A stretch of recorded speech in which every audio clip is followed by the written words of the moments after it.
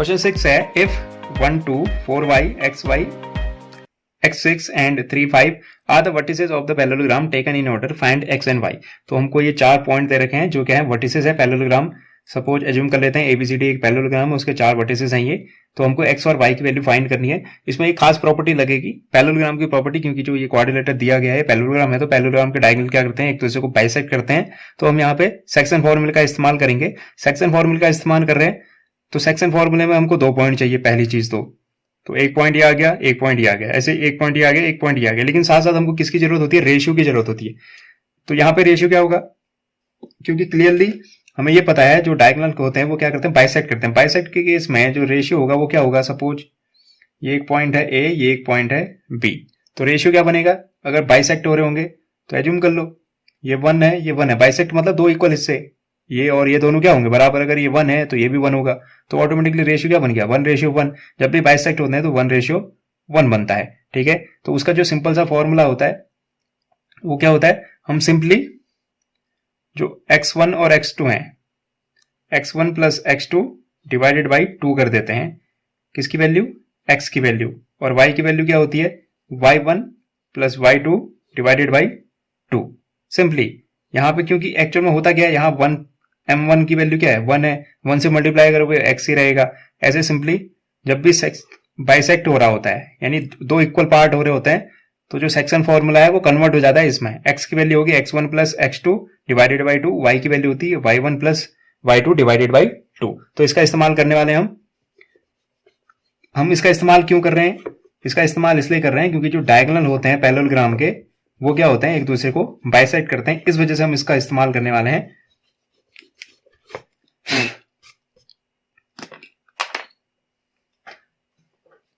लिख लेते हैं since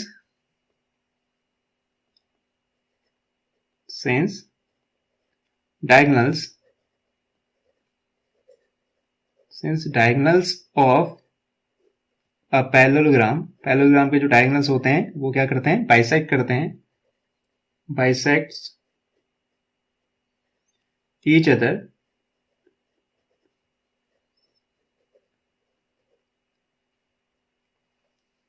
ठीक है, वो दोनों क्या करते हैं, एक दूसरे को बाइसेक्ट करते हैं। और तो उनके जो रेशियो बनेगा इस सिचुएशन पे वो क्या बनेगा, 1:1। तो फाइनली हम क्या किसका इस्तेमाल कर सकते हैं, हम इस्तेमाल कर सकते हैं सेक्शन फॉर्मूले का। बाई सेक्शन फॉर्मूला मैं क्या लिख सकता हूं, बाई सेक्शन फॉर्मूला, क्योंकि बाइसेक्ट कर रहे हैं इसका मतलब जो ये सेक्शन वाला पॉइंट होगा वो कहां पे होगा, एग्जैक्ट बीच में होगा, यानी मिड पॉइंट पे होगा। मिड पॉइंट वाले केस में क्या करते हैं, x2 plus x1 divided by 2। तो सिंपली मैं क्या निकाल लूंगा, AC का mid point. So mid point, पहले वाले डायगोनल का mid point of AC, mid point of AC निकाल सकते हैं।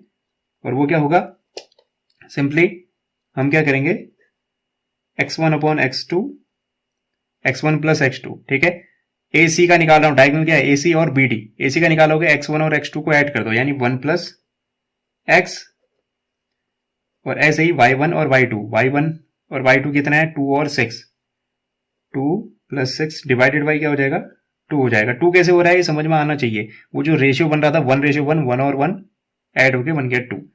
ठीक है, तो इसको सॉल्व करके हमें जो रिजल्ट मिलेगा वो मिलेगा, इधर तो सॉल्व हो नहीं सकता, ये सिंपली रहेगा 1 प्लस x बाई 2, लेकिन ये बन जाएगा आपका 6 और 2 8 डिवाइडेड बाई 2 हो जाएगा 4। तो AC के जो मिड पॉइंट के कोऑर्डिनेट आए वो आए -1 प्लस x अपॉन 2 एंड 4। ऐसे हम दूसरा डायगोनल जो BD है, ऐसे BD का मिड पॉइंट निकालेंगे, mid point of again BD। तो सेम सिमिलर तरीके से BD दोनों को ऐड कर दो, x1 और x2 को, 3 और 4, 3 प्लस 4 डिवाइडेड बाई 2। ऐसे ही 5 और y, 5 plus y divided by 2। तो ये बन जाएगा आपका 7/2, ये हो जाएगा 7/2, और ये रहेगा 5 प्लस y बाई 2। ठीक है, बी डी की वैल्यू, क्योंकि दोनों का मिड पॉइंट क्या है आपको क्लियरली दिख रहा है, बी डी और ए सी दोनों का क्या कर रहे हैं, एक दूसरे को इंटरसेक्ट कर रहे हैं, तो इनका जो मिड पॉइंट हो गया दोनों के लिए क्या होगा, सेम होगा।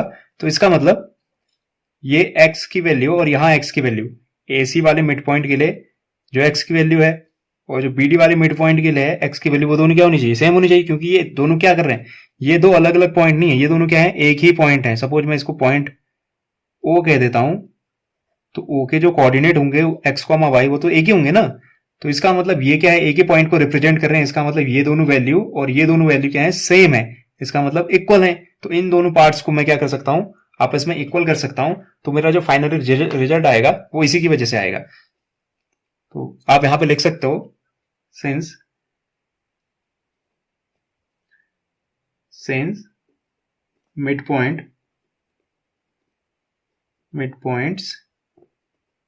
midpoint of AC and BD are same। ठीक है, दोनों के जो मिड पॉइंट है वो क्या है, सेम है। अगर सेम है तो हम क्या कर सकते हैं, इनको कंपेयर कर सकते हैं। कंपेयर करने पे मुझे जो रिजल्ट मिलेगा, क्या मिलेगा, इन दोनों को मैं कंपेयर कर सकता हूं, 1 प्लस एक्स बाई टू किसके इक्वल है, यहाँ ये x है और ये भी क्या है, x है, तो ये दोनों क्या होंगे, इक्वल होंगे 7/2 के।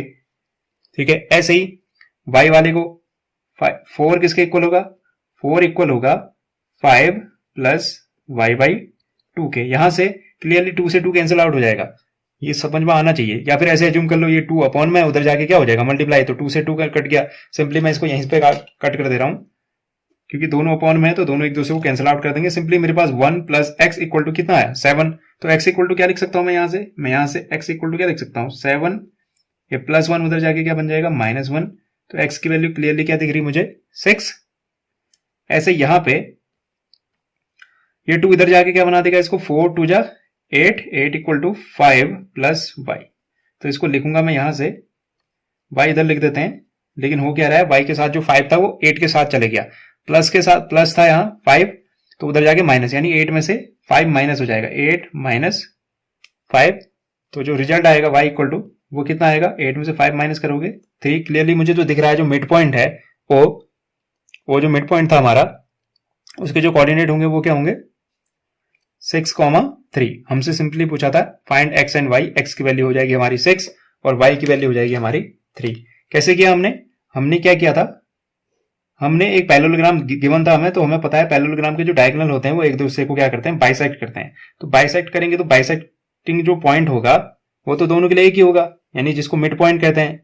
ठीक है, तो हमने मिड पॉइंट वाला सेक्शन फॉर्मूला यूज किया, उसमें क्या होता है, x1 और x2 दोनों ऐड होते हैं और 2 से डिवाइड हो जाता है। ऐसे y1 और y2 ऐड होते हैं, 2 से डिवाइड हो जाता है, तो हमें x और y की वैल्यू मिल गई। तो एक बार AC के टर्म पे हमको x और y मिला, एक बार BD के टर्म पे, क्योंकि ये दोनों एक ही पॉइंट को रिप्रेजेंट करते हैं, तो इन दोनों की वैल्यू क्या होनी चाहिए, x की आपस में इक्वल होनी चाहिए। ऐसे ये दोनों y तो सेम ही थे, तो इक्वल होने चाहिए।